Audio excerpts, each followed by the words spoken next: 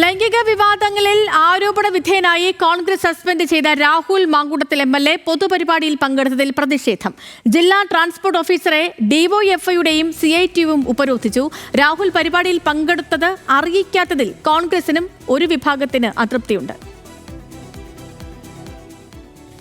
MLAയെ പൊതുപരിപാടിയിൽ പങ്കെടുക്കാൻ അനുവദിക്കില്ലെന്ന് ഡിവൈഎഫ്ഐയും BJPയും നിലപാട് കടുപ്പിച്ചിരിക്കുകയാണ്. ഇന്നലെ രാത്രി രാഹുൽ മാങ്കൂട്ടത്തിൽ ബാംഗ്ലൂരിലേക്കുള്ള KSRTC ബസ് ഫ്ളാഗ് ഓഫ് ചെയ്തത്. പരിപാടിക്കെതിരെ ഇന്ന് ഡിവൈഎഫ്ഐയും CITUവും പ്രതിഷേധവുമായി രംഗത്തെത്തി. ജില്ലാ ട്രാൻസ്പോർട്ട് ഓഫീസറെ പ്രവർത്തകർ ഉപരോധിച്ചു. മന്ത്രിയുടെ നിവേദനം കൊടുത്ത് ഞങ്ങൾ ഇടപെട്ടുകൊണ്ടാണ് ബസ് ഇവിടെ കൊണ്ടുവന്നത്. ഇതിനു മുന്നേ ലിങ്ക് ബസ് വന്നപ്പോൾ അദ്ദേഹത്തെ അറിയിച്ചു. ഇവിടെ എല്ലാവർക്കും അറിയാം, അദ്ദേഹം വരുന്നില്ല പറഞ്ഞു.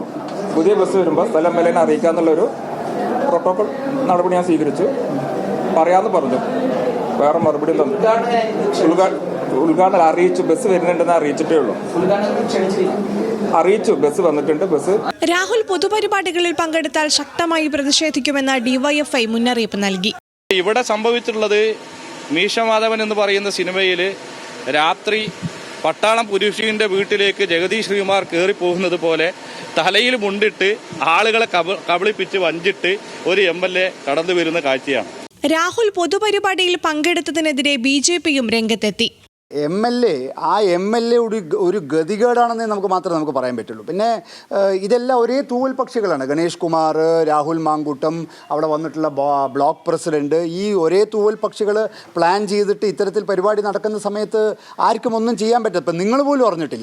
പരിപാടി അറിയിക്കാത്തതിനാൽ കോൺഗ്രസിലെ ഒരു വിഭാഗത്തിനും അതൃപ്തിയുണ്ട്. തങ്ങളെ അറിയിക്കാതെയാണ് പരിപാടി നടത്തിയതെന്ന കോൺഗ്രസ് നേതാവും പാലക്കാട് നഗരസഭ കൗൺസിലറുമായ മൻസൂർ മണലാഞ്ചേരിയുടെ ശബ്ദരേഖയും പുറത്തുവന്നു. നിങ്ങൾക്ക് എല്ലാ സമയത്തും എല്ലാത്തിനും തക്കതായ കാരണങ്ങളൊക്കെ ഉണ്ടാവും. ഇത് MLA ആരുടെയും സ്വകാര്യ സ്വത്തൊന്നുമല്ല. നമ്മൾ എന്താ പ്രതികരിക്കാത്തത് പറഞ്ഞു കഴിഞ്ഞാൽ അതിന് വേണ്ട എന്നുള്ളൊരു വിഭാഗം വേണ്ട പറഞ്ഞിട്ടാണ്. പുത്തൂർ കിടക്കുന്ന ആൾക്ക് ഇവിടെ പുതുപ്പള്ളി തെരുവിൽ വന്ന് പരിപാടിക്ക് പങ്കെടുക്കുക പറഞ്ഞാൽ പുതുപ്പള്ളി തെരുവുകാർക്ക് എന്താ വരാൻ ബുദ്ധിമുട്ട്? ഈ മൂക്കിൽ താഴെയുള്ള ആളുകൾക്ക്. പരിപാടിയിൽ പങ്കെടുത്തതിനു ശേഷം രാഹുൽ ഇന്ന് രാവിലെ പാലക്കാട് നിന്ന് മടങ്ങി. ന്യൂസ് മലയാളം, പാലക്കാട്.